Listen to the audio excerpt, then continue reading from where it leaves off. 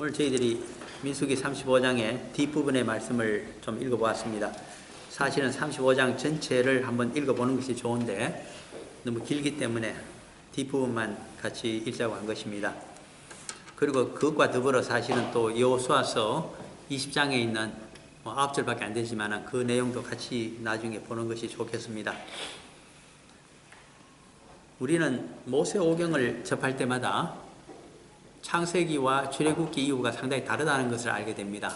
그 차이는 뭐냐 하면 이미 아시겠지만 창세기는 모든 인류에 대한 이야기를 하고 온 인류를 의인과 또 불의한 이렇게 자들로 둘로 나누고 있는 것이 창세기입니다.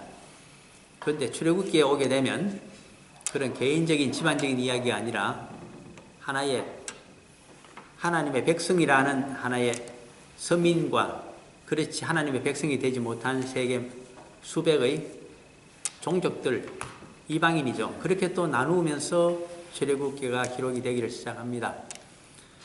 그리고 거기에 대한 이제 속죄 의식으로 제례 의식이죠. 그것을 누구에게 주느냐 하니까 율법에 의해서 서민 이스라엘에게 주고 있습니다. 그렇다면 레위기에 따르게 되면 이방인들에 대해서는 제례 의식이 없습니다. 제사장도 없고, 물론 그들 나름대로의 이방 신상과 우상을 섬기는 제사장이 있겠습니다만 선지자도 있겠죠. 그러나 여호와 앞에서는 죄 사함을 받을 제례 의식이 없다는 것이 레위기의 특징입니다. 그리고 이제 민수기로 오게 되면 이와 같이 도피성 제도가 또 나타납니다. 그리고 이상 창세기에서부터 민수기까지 어떤 면에서는 창세기를 제외하고 출애굽기부터 민수기까지의 내용을 모세가 다시 한번 죽기 전에 자신의 동족들에게 일러주는 말이 신명기입니다. 그래서 디우테로노미라고 중복된 글이라고 우리가 부르고 있습니다. 그러면 이제 하나 눈치를 챌 수가 있습니다.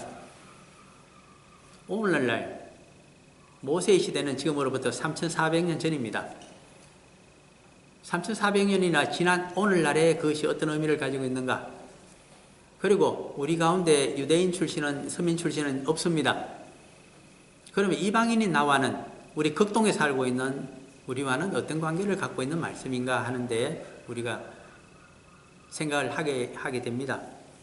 그래서 거의 정답과 가까운 것을 성경 공부를 오래 하면서는 알게 되는 것은 우리가 실험실에서 우리가 어떤 병 때문에 병으로 의심되는 경우가 있어서 병원에 가게 되면 조직을 좀 일부 떼냅니다.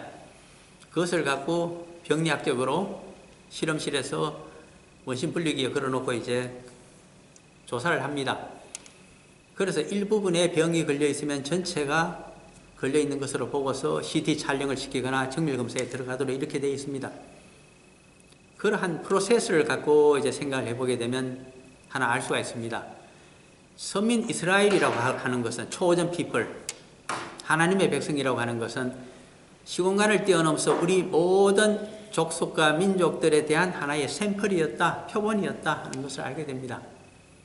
그러므로 우리가 서민 이스라엘의 역사와 그들의 불신앙과 그들에 대한 처벌과 진로와 그들에게 준 율법에서 우리가 헤어날 길이 없고 벗어날 길이 없다는 것을 우리가 알게 됩니다. 그것이 영적인 하나의 깨달음입니다.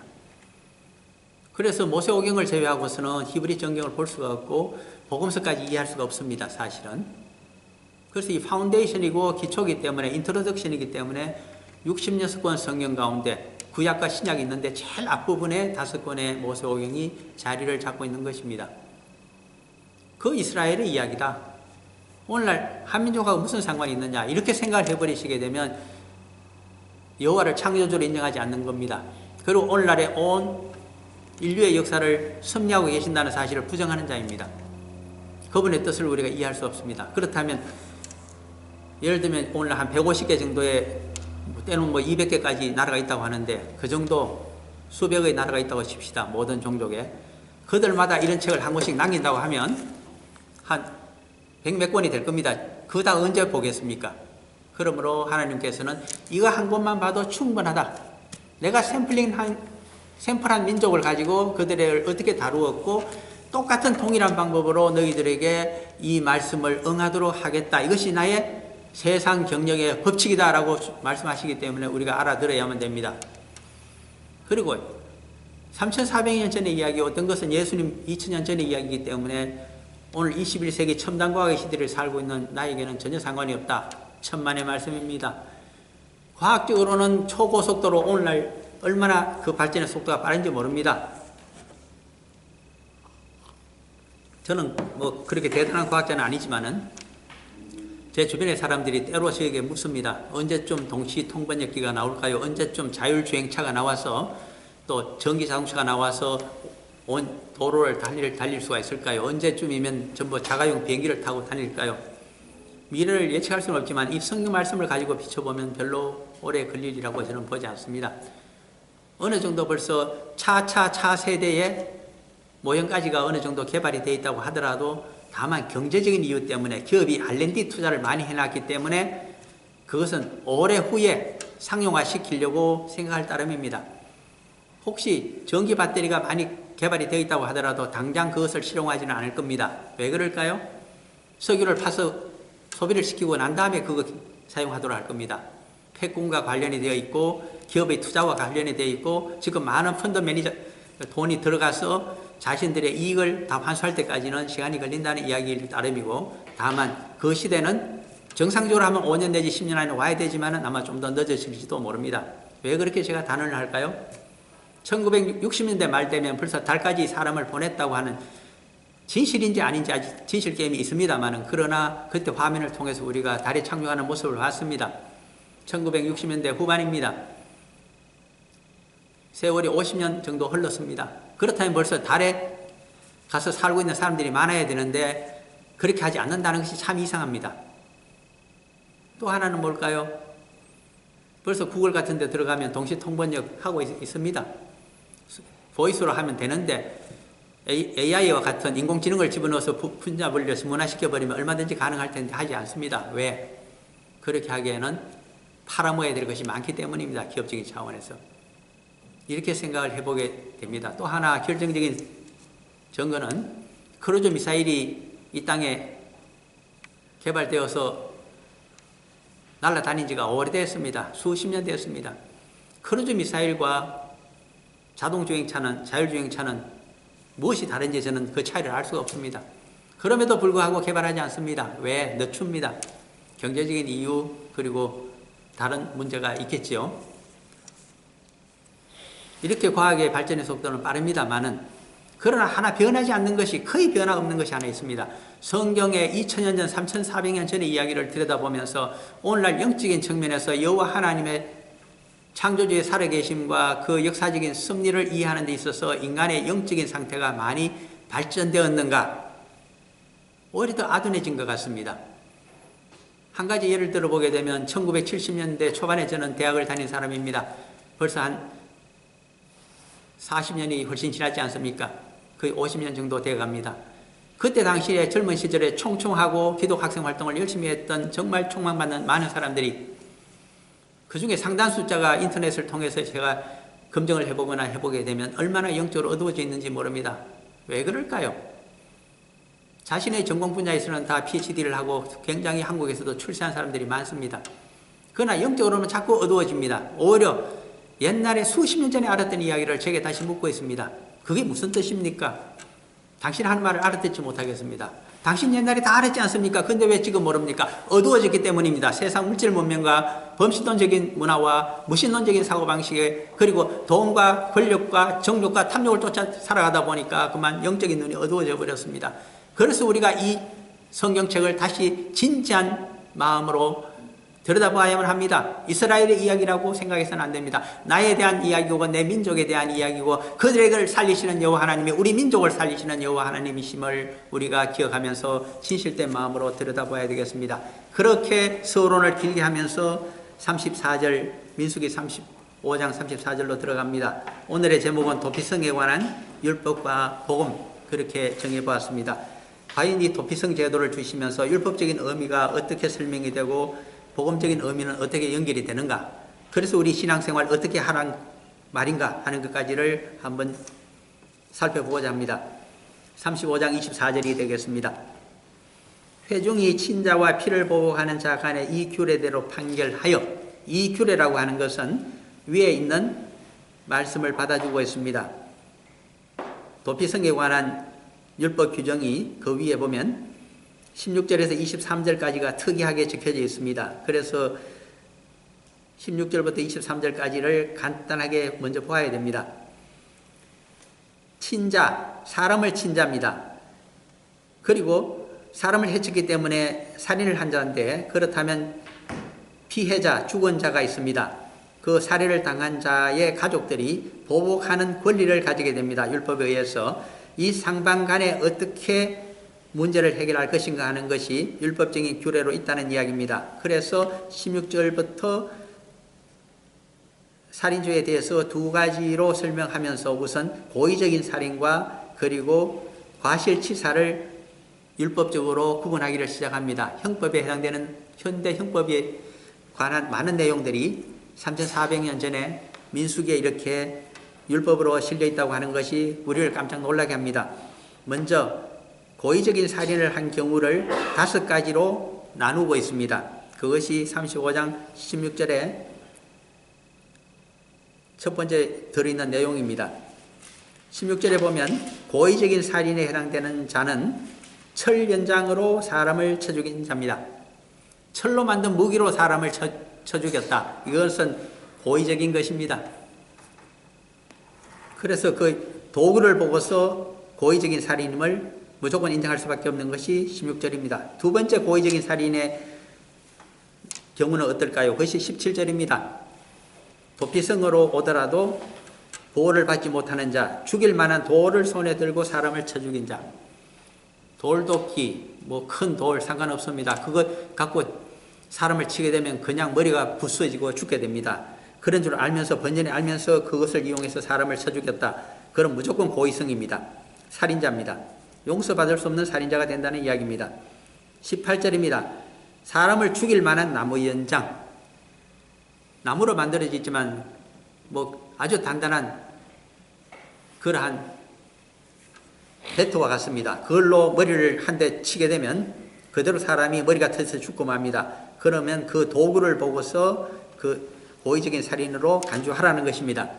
그것이 세 번째입니다. 네 번째는 19절이 20절로 가게 되겠습니다.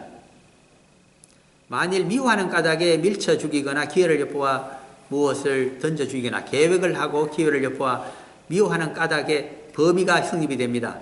미워하기 때문에 모의를 하거나 기회를 엿보아 고의적으로 죽였다. 무조건 살인자입니다.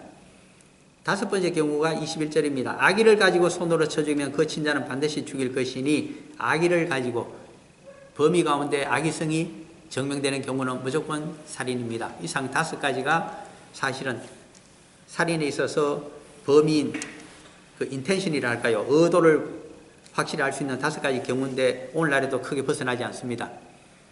이 정도로 율법은 정교하게 되어 있습니다. 이들은 도피성으로 도주를 한다고 하더라도 용서함을 받을 수 없고 도피성 안에서 보호를 받을 수 없는 자들입니다. 그렇다면 어떤 자들이 도피성으로 도피를 하여 그 생명을 목숨 구원을 받을 수가 있을까요?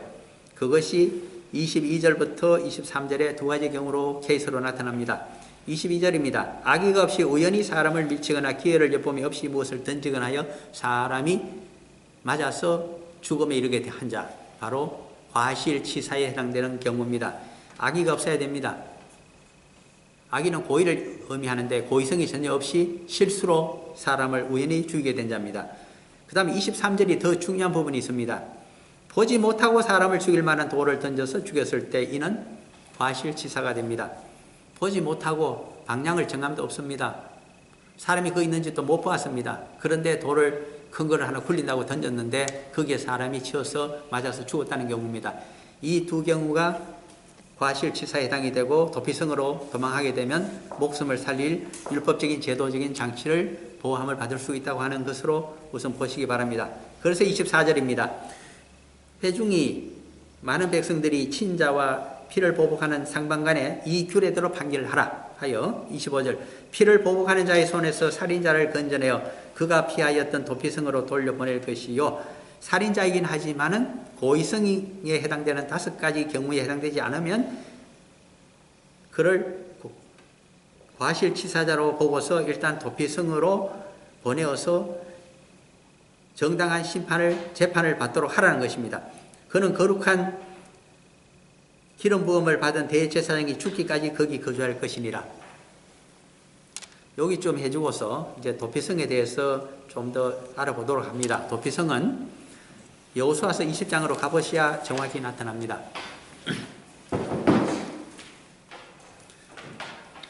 여호수아서 20장은 중요한 내용이기 때문에 한 장을 할애했습니다만은 9절은 단 9절밖에 없습니다. 그만큼 중요하기 때문에 짧은데 한 챕터가 되어 있습니다.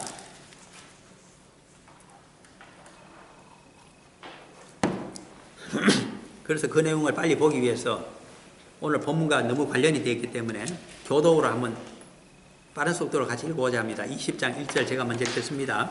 여호와께서 여호수아에게 말씀하여 이르시되 이스라엘 자손에게 말하여 이르기를 내가 모세를 통하여 너희의 백성들을 너희를 위하여 지으려 부지 중에 실수로 사람을 죽인 자를 거리로 도망하게 하라. 이는 너희를 위해 피의 보복자를 피할 곳이니라. 이 성읍들 중에 하나에 피하는 자는 그 성읍에 들어가는 문을 위에 지소서. 그 성읍의 장로들에게 자기의 사돈을 말할 것이요 그들은 그를 성읍에 받아들여 한 곳을 주어 자기 중에 거주하게 하고 피의 보복자가 그의 뒤를 따라온다 할지라도 그들은 그 살인자를 그의 손에 내주지 말지니 이는 본래 미워함이 없이 부지 중에 그의 이웃을 죽였습니다.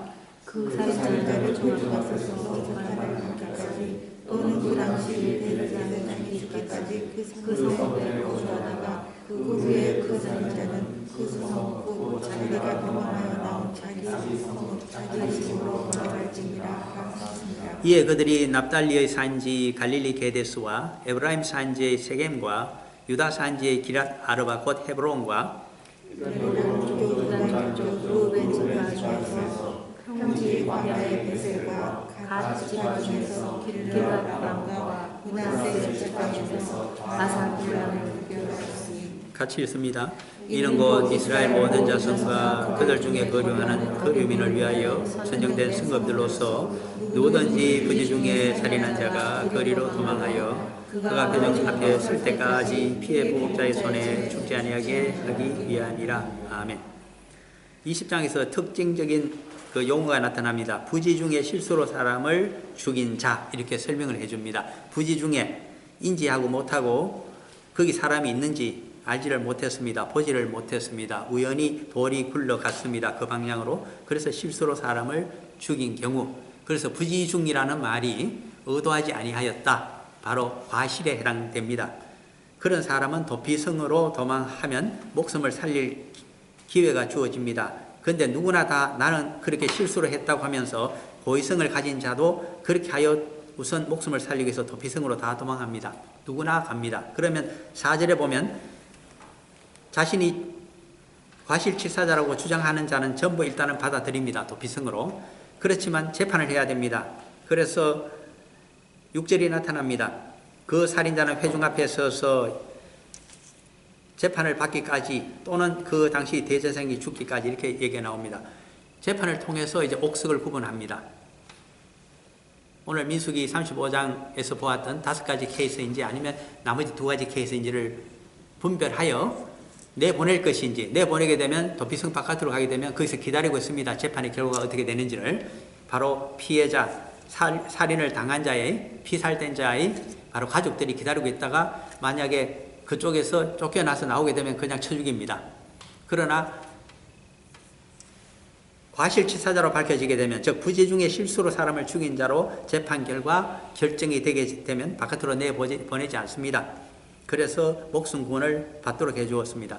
그런데 문제는 과실에 의했던 고의에 의했던 처음에는 모릅니다. 그냥 사람은 죽었고 그 가족은 분노하기 마련입니다. 그래서 가해자를, 살인자를 붙들어서 죽이려고 합니다. 총력을 기울입니다.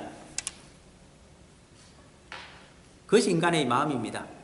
그러므로 지체하다가는 도피성으로 가기 전에 딱 맞아주기 알맞습니다. 그러므로 여호와 하나님께서는 도피성 제도를 마련하십니다.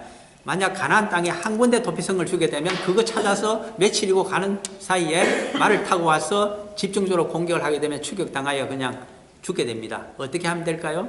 그래서 나온 방책이 하루길 달릴 수 있는 거리에 반드시 하나씩의 도피성을 주는 것이 옳다. 24시간이 경과하게 되면 맞아 죽을 가능성이 크기 때문입니다.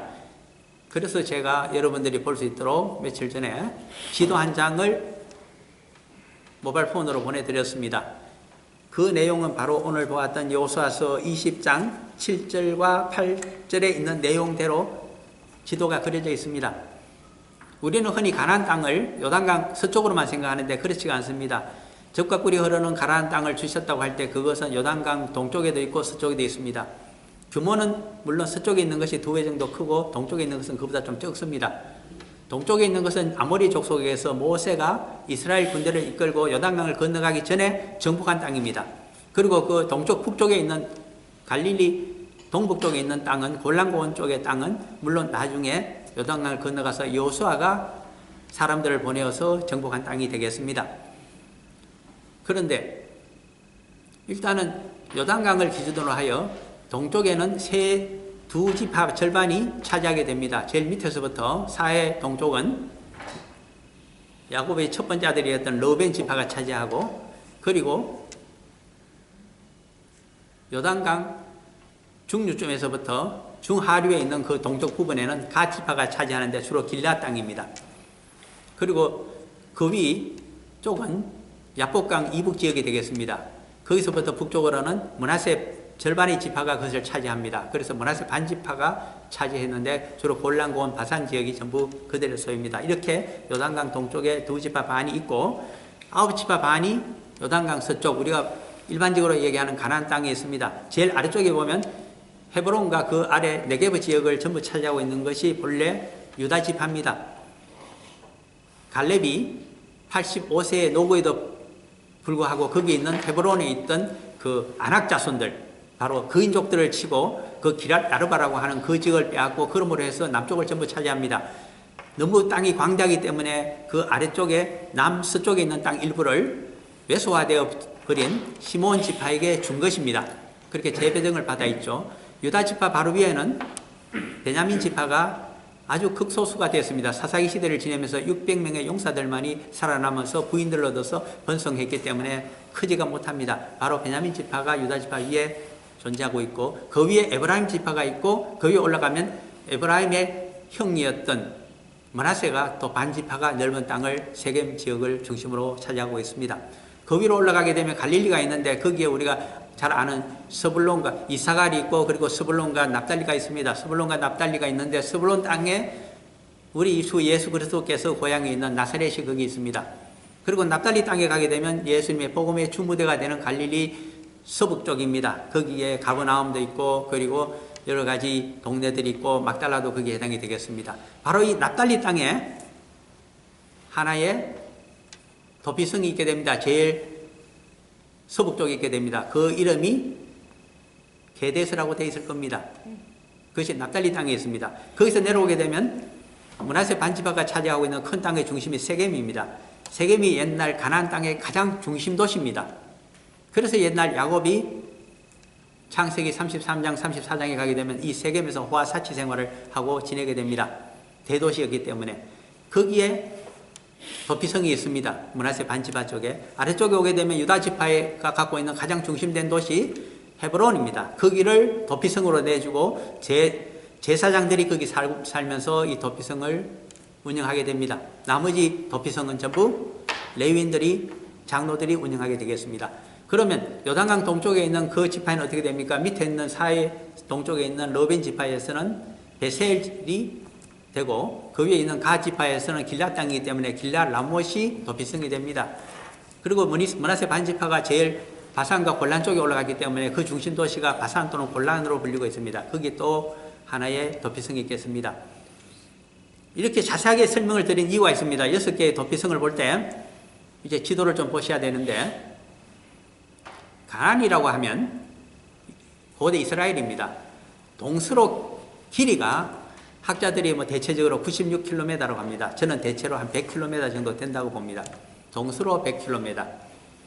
그들이 왕성했을 때는 남북으로 약 550km까지 번성을 했다고 하는데, 그러나 오늘날 이스라엘 땅의 크기가 어느 정도일까요? 옛날에도 어느 정도일까요? 이제 영토의 크기를 생각해 봐야 됩니다. 대체적으로 2만 700평방킬로미터에 해당된다고 합니다. 그럼으로써 2만은 좀 넘습니다. 그래서 쉽게 이해하자면 한반도가 우리 한민족이 살고 있는 땅이 22만 평방킬로미터입니다. 그것의 10분의 1입니다. 이스라엘은. 그러면 머릿속에 쑥 들어올 겁니다. 아, 이스라엘이 우리 한반도에 남북한 합친 것의 10분의 1이구나. 그러면 좋습니다. 2만의 제곱킬로미터의 꼬리가 좀 달립니다. 그러므로 이제는 동서로 100km를 설정하고 2만이 좀 넘도록 남북을 결정합니다. 얼마가 될까요? 200 남짓이 됩니다. 그래서 대체적으로 한 210km 정도가 된다고 봅시다. 동서로 100km, 남북으로 210km.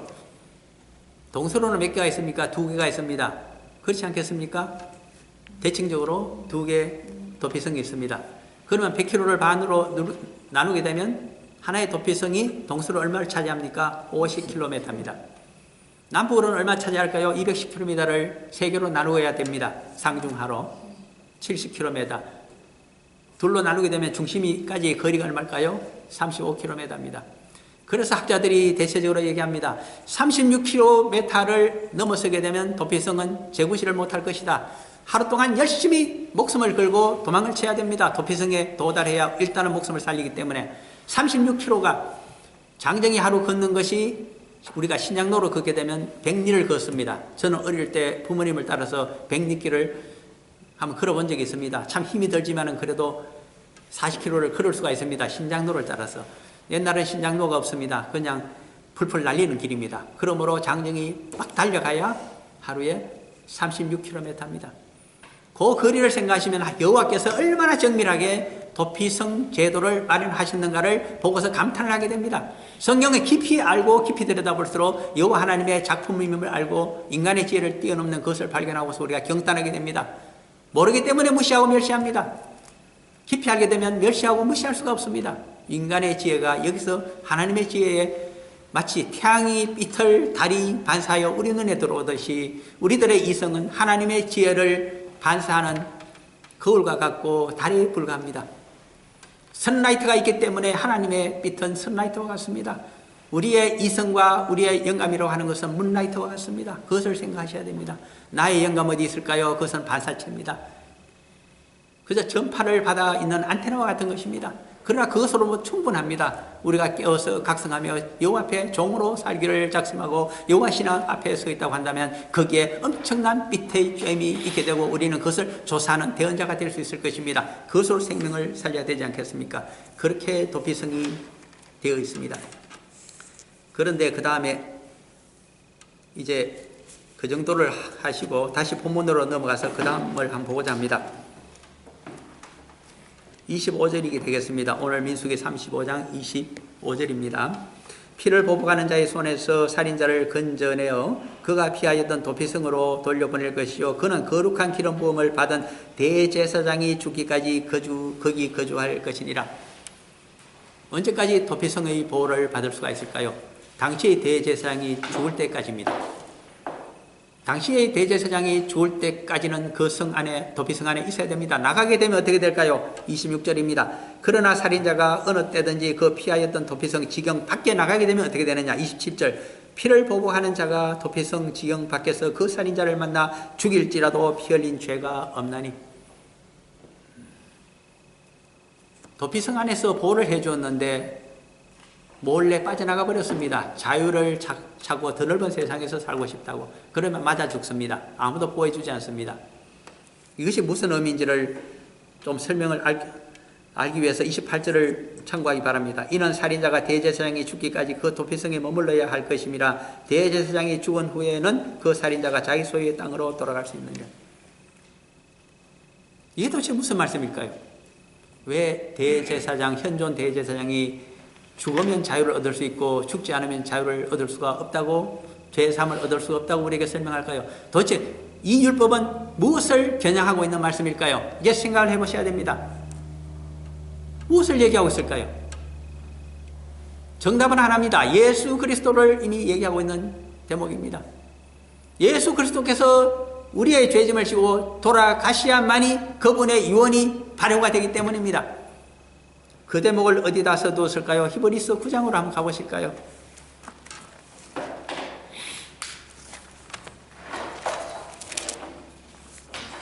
16절 17절을 한번 보시기 바랍니다.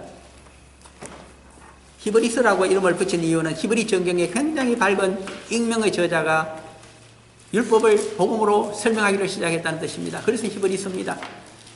그 중에 백미 중에 하나가 히브리서 9장 16절과 17절이 되겠습니다. 찾으셨으면 저와 함께 읽어봅니다. 유언은 유언한 자가 죽어야 되나니 유언은 그 사람이 죽은 후에야 유효한즉 유언한 자가 살아있는 동안에는 효력이 없느니라. 예수님은 우리에게 돌아가시기 전에 수많은 예언의 말씀을 유언으로 삼아 사도와 제자들에게 해주신 분입니다. 언제 그것이 발효될까요? 대속의 십자가를 지시고 돌아가시고 하나님의 창조의 능력으로 3일 만에 부활하셨을 때 비로소 발효가 되어지고 그분이 약속하셨던 성령님도 그 후에 오시게 된다는 뜻입니다. 죽지 않았는데 어떻게 영적인 생명력이 전해져 오겠습니까? 성경은 그렇게 쓰여져 있습니다. 그 다음에 도피성, 지경, 안과 밖을 분리하고 있습니다. 율법이. 도피성 안에 있으면 목숨을 건질 수가 있습니다. 도피성 바깥으로 나가게 되면 목숨을 이 세상에서 육신을 입고 있는 동안에는 잃어버리게 됩니다. 무엇을 의미하고 있을까요? 이 세상에 남은 인생을 살아가는 성도와 그리스도의 제자들은 반드시 그리스도 예수 안에서 살아가라고 하는 뜻입니다. 그래야 너의 목숨이 보존이 되고 너가 영생의 소망으로 부활하고 들어갈 수 있느니라. 그것을 지금 겨냥해서 해주고 있는 말씀으로 알아들어야 됩니다. 그것이 율법이 이야기하고 있는 복음적인 의미입니다. 왜 엔 크리스도, 그리스도 안에서 인 크라이스트를 사도 바울이 그렇게 목청껏 외쳤을까요? 한번 보시겠습니다. 로마서 8장 1절과 2절을 한번 보시겠습니다. 로마서로 가셔서 8장 1, 2절을 한번 보겠습니다. 도대체 그리스도 예수 안에 무엇이 있다는 이야기일까요? 로마서 8장 1절과 2절입니다. 찾으셨으면 천천히 저와 함께 읽어봅니다. 그러므로 이제 그리스도 예수 안에 있는 자에게는 결코 정죄함이 없나니 이는 그리스도 예수 안에 있는 생명의 성령의 법이 죄와 사망의 법에서 너를 해방하였습니다. 할렐루야, 아멘입니다. 첫째, 예수 그리스도 안에는 정죄함이 없습니다. 살인자라고 하더라도 그를 정죄할 수가 없습니다. 그를 쳐 죽일 수가 없습니다. 보복할 수가 없습니다. 피해 악순환은 거기서 끊어지게 됩니다. 예수 그리스도 안에 있으면 가장 강력한 도피성이기 때문입니다. 이 세상에서 우리가 얻을 수 있는 가장 확실한 피난성이요 도피성은 예수 그리스도 아닙니다. 뿐입니까? 더 확실한 것은 영생과 관련하여 8장 2절 로마서가 있기 때문입니다. 이는 그리스도 예수 안에 있는 생명의 성령의 법이 성령이 역사하시면 내주 역사하시게 되면 어떤 하나님의 법을 우리들에게 적용시킬 것인가? 죄와 사망의 법에서 우리를 해방시켜주는 조치를 취해준다는 것입니다. 영원한 죄사함과 영원한 의인이 되는 의인으로 간주해주는 은혜가 거기 있다. 너를 대신하여 예수 그리스도가 죽었다는 것을 내가 정구의 제사로 받아들였다. 그러므로 너는 예수 그리스도 안에서 그의 제자로 의인으로 평생 살아갈 수가 있으며 부활과 영생은 너의 것이라고 인정해 주는 것이 바로 여기 있습니다. 이것이 엔 크리스도, 예수 그리스도 안에 있는 인 크라이스트의 은혜입니다. 도피성 안에서 목숨을 부지하는 것과 똑같은 은혜입니다. 이것은 더 강력합니다. 왜 그러냐 하니까 도피성은 고의적인 살인자를 품어줄 수 없지만은 그러나 예수 그리스도는 그것까지 용서를 해주신다고 하시기 때문에 얼마나 큰 은혜인지 모릅니다. 우리가 이 은혜 덕분에 지금도 성령님과 더불어 우리의 남은 인생을 예수 그리스도의 제자로 육신을 입고 있는 동안에 살아갈 수가 있으며 부활하여 영생에 들어간다는 사도 바울이 외치고 있는 또 표대로 삼고 있는 그 신앙을 우리가 나눌 수가 있다고 하는 것이 성도가 가지고 있는 큰 은혜라고 하겠습니다. 그 다음 오늘 본문 말씀 29절 민수기 35장 29절이 되겠습니다. 이는 너희의 대대로 거주하는 곳에서 판결하는 규례라. 30절 사람을 죽인 모든 자 곧 살인한 자는 정인들의 말을 따라서 죽일 것이나 한 정인의 증거만 따라 죽이지 말 것이요. 중요한 대목입니다. 저는 고대법에서 율법에서 반드시 악한 자를 판결할 때라도 두세 사람의 정인에 의해서 하라고 하는 말에 굉장히 은혜를 받고 있습니다. 우리는 재판제도를 잘 압니다. 피의자가 있으면 변호인이 있습니다. 그리고 검사가 또 있어서 서로 반대 신문을 합니다. 정인을 두고서도. 그러므로 반드시 가해자 쪽과 피해자 쪽 양쪽의 얘기를, 변호인들의 얘기를 다 들어야 됩니다. 그리고 정인의 얘기까지 들어야 됩니다. 그래서 그런지 예수님께서도 요한복음에 갈 것 같으면 나를 증거해 주는 자가 항상 나와 함께 계신다. 아버지 하나님께서 하나의 위격으로 나를 증거해 주신다고 말씀하셨고, 성령께서도 나를 증거해 주기 때문에 인간으로부터 내가 증거를 받지 아니한다고 하더라도 충분한 두 분의 증거자가 계신다고 항상 주장하셨습니다. 우리도 마찬가지입니다. 성도의 삶에 있어서 사람들이 알아주지 아니한다고 하더라도 이 말이 여호와 하나님의 말씀을 대언하고 있는 것인 줄을 아버지 하나님께서 증거해 주시고, 성령께서 증거해 주시고, 주님께서 나와 영적으로 함께 하시면서 증거해 주시기 때문에, 세 분이 증거해 주시기 때문에 내 말이 진리로 드러난다고 하는 것을 우리가 마음속에 미리 확신하고 있으며, 세월이 지나면 그것이 증거되어지고 현실화된다는 것도 우리가 믿게 됩니다. 모세오경 가운데 이 말씀을 어떻게 또 적고 있는가를 민수기 다음 있는 신명기에 가셔서 19장 15절을 갖고 한번 보시겠습니다. 신명기 19장 15절이게 되겠습니다.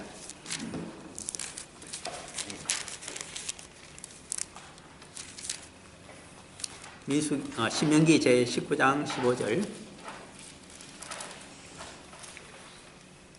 네, 찾으셨으면 같이 읽어보겠습니다.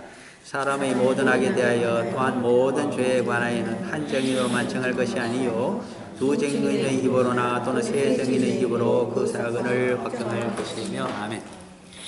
그러므로 우리 오늘날 의회 정치에 있어서도 여당과 야당이 반드시 필요합니다. 누구는 효율적으로 하기 위해서 전체주의 사고에 의해서 독재 정당 하나만 있으면 된다고 하는데, 그것은 율법에도 맞지 않고 성경에도 맞지 않는 논리입니다. 그러므로 좀 힘들다고 하더라도 자신을 반대하는 주장을 하는 쪽이 또 필요하다는 이야기입니다. 부부가 똑같은 말만 합니다. 그렇게 저는 물론 대외적으로는 그렇게 할 수 있습니다만 집안에서는 싸우기도 해야 됩니다. 의견이 똑같을 수가 없잖아요. 그것을 조정하며 이렇게 맞추어가는 데서 한 차원 더 높은 의사결정이 이루어지기 때문입니다. 국가도 마찬가지입니다. 하나의 논리로만, 하나의 정당으로만 계속 직행하게 되면 얼마나 큰 인민재판의 위험성이 있는지를 우리가 생각해 보셔야 되겠습니다. 그 다음에 31절부터 또 한 가지 내용이 나타납니다. 고의로 살인죄를 범한 살인자는 생명의 속전을 받지 않고 반드시 죽일 것이며, 오늘날 현대 형법에 있어서 공탁금 제도에 해당되는 보석금이 있습니다. 돈을 많이 내면 석방을 시켜준다는 이야기입니다. 그러나 성경은, 율법은 그렇게 되어 있지 않습니다. 돈으로 구원을 살 수가 없고 해방을 살 수가 없다고 이야기하는 것이 성경적입니다. 비근한 예를 우리가 사도행전 8장에서도 볼 수 있겠습니다. 시간이 없기 때문에 그냥 8장 20절 내용만 말씀을 드립니다. 사도들이 성령의 세례를 주는 놀라운 권능을 행하는 것을 보고서 시몬이라고 하는 사람이 돈을 많이 줄 테니까 그 능력을 좀 팔아라고 이야기했습니다. 그랬더니 이야기합니다. 구원과 성령 세례는 돈으로 살 수 없는 하나님의 선물이라고 이야기했습니다. 가장 귀중한 것은 돈을 주고 살 수 없다는 데 있습니다. 그럼 무엇을 주고 사야만 될까요? 돈보다 더 귀한 것을 드려야 됩니다. 공짜라고 생각하는데 절대로 공짜 아닙니다. 하나님의 것은. 너에게 있어서 돈보다도 더 귀중한 것을 바치라. 각자 생각해 보시기 바랍니다. 돈보다 더 귀중한 것, 무엇을 주고 그것을 살 수 있을까요? 자신의 남은 인생이고 자신이 그분을 종으로 모시고 평생 동안, 주인으로 모시고 평생 동안 종으로 살아가야 될지도 모릅니다. 그것을 바치고 살아가라고 하시는 것이 되겠습니다. 속전, 돈으로는 할 수 없는 것입니다. 32절입니다. 또 도피성에 피한 자는 대제사장이 죽기 전에는 속전을 받고 그의 땅으로 돌아가 거주하게 하지 말 것이니라. 속전을 냈다고 해도 아무 돈으로 목숨을 구원할 수가 없습니다. 도피성에서 나가게 되면 그냥 맞아 죽기 때문입니다. 33절입니다. 너희는 너희가 거주하는 땅을 더럽히지 말라. 피는 땅을 더럽히나니 피 흘림을 받은 땅은 그 피를 흘리게 한 자가 자의 피가 아니면 속함을 받을 수 없느니라. 피를 흘린 자, 고의적인 살인자는 반드시 죽여야만 됩니다. 그런데 예수 그리스도를 통해서 되려 살려주었습니다. 그 원리가 도대체 무엇일까요? 그래서 대속의 죽으심에 대해서 로마서에서 설명하고 있는 내용을 좀 보셔야 되겠습니다. 로마서 6장으로 가셔야 됩니다.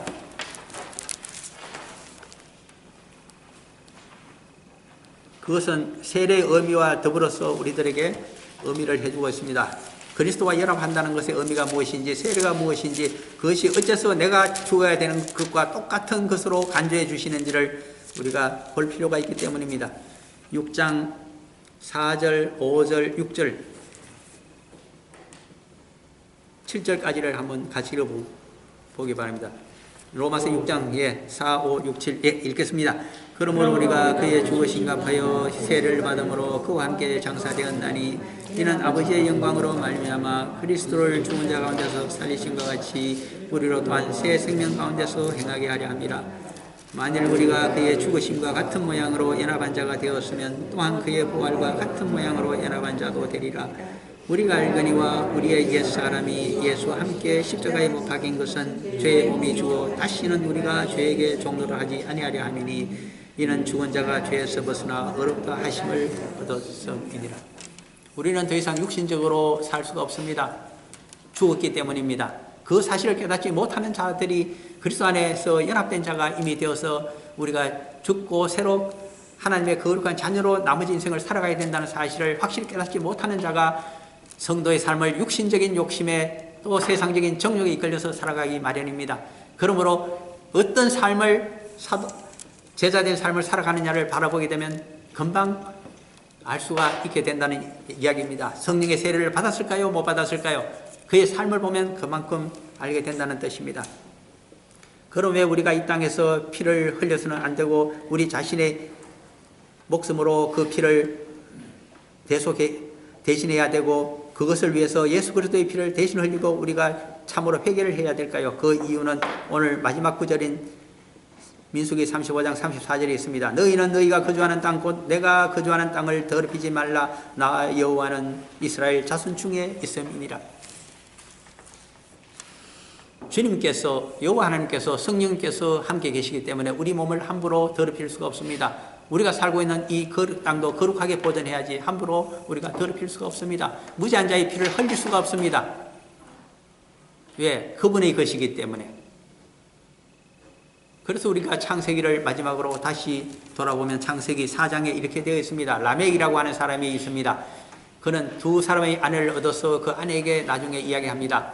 나를 해치는 자는 77배로 내가 보복을 해주겠다. 우리 조상인 가인을 해치는 자는 여호와께서 7배로 보복을 해도 좋다고 하셨지만 나는 그 11배에 해당되는 77배로 할 것이다. 무슨 말을 해줄까요? 남북한의 옛날에 서로 경직되어 있을 때는 그런 말을 했습니다.